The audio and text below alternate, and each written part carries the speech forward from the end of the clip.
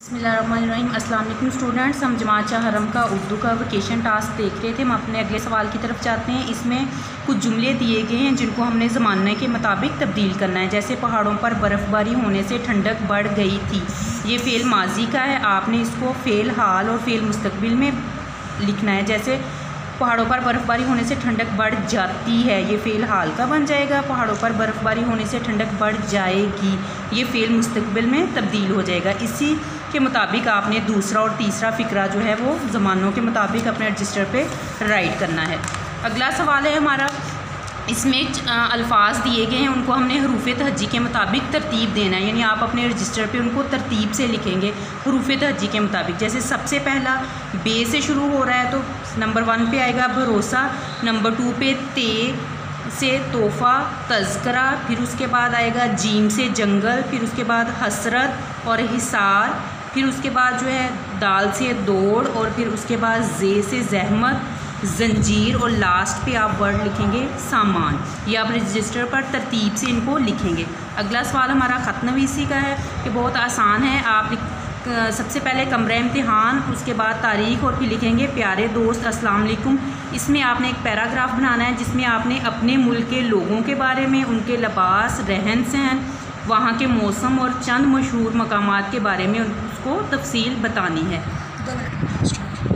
जी students, अगला सवाल हमारा मज़मून का है। इसमें बेटा आपने एक मज़मून लिखना है जिसमें 3 पैरे बनाने। पहले पैराग्राफ में आप लिखेंगे बचत करना एक अच्छी आदत है, उसके बारे में थोड़ी सी आप वजाहत करेंगे। दूसरे पैराग्राफ में आप लिखेंगे अगर हम बचत ना करें तो हम क्या क्या नुकसानात का सामना करना पड़ेगा। और तीसरे पैराग्राफ में आप लिखेंगे कि आप बचत किस तरह से कर सकते हैं। ये एक छोटा सा मज़मून बनाएंगे। इससे आगे बेटा 2 कॉलम दिए गए हैं। कॉलम 1 में आप कुछ अल्फाज दिए गए हैं और उनके हम मायनी अल्फाज कॉलम 2 में है। जैसे अदावत, उसका हम मायनी लफ्ज़ होगा दुश्मनी, अंधेरा, इसका हम मायनी लफ्ज़ होगा तारीकी, और जुल्म, इसका हम मायनी लफ्ज़ होगा सितम। इसी तरह से कॉलम अलिफ 1 के जो अल्फाज हैं उनके आपने कॉलम 2 के मायनी के साथ मैच करके इनकी तरतीब जो है रजिस्टर पर लिखनी है। इससे अगला सवाल है हमारा जुमलों का। इसमें बेटा कुछ ख़त कशीदा अल्फाज हैं, जूँ ही, चुनाचे, जब तक, जूँ जूँ, जहाँ तक। ये फ़िक्रे आपको दिए गए हैं। इन्हीं फ़िक्रों को मद्देनज़र रखते हुए आपने खुद से फिर 2-2 जुमले बनाने। जैसे जूँ ही मैं स्टेशन पर पहुँचा गाड़ी चल दी, आप खुद से कोई भी जुमला बनाएंगे। जैसे जूँ ही मैं घर पहुँचा बारिश शुरू हो गई। इसी तरह से आप इन फ़िक्रों को अपने अल्फाज में बयान करेंगे। इससे नेक्स्ट भी आपका सवाल बहुत इजी है। देखें, हरूफ को उलट पलट कर 3-3 अल्फाज बनाने हैं। जैसे जीम लाम अलिफ, ये हरूफ तहज्जी दिए गए हैं, इनसे हमने खुद से कोई भी बनाना है। जैसे जीम लाम अलिफ को जोड़ेंगे जाल, इसको फिर आगे पीछे तरतीब करके नया लफ्ज़ बनेगा लाज, और फिर उजाला। इसमें आप इन्हीं हरूफ को बार बार भी इस्तेमाल कर सकते हैं। जैसे उजाला में अलिफ 2-3 बार इस्तेमाल हुआ है। ये नीचे दिए गए हरूफ से आपने खुद 3-3 अल्फाज बनाने हैं।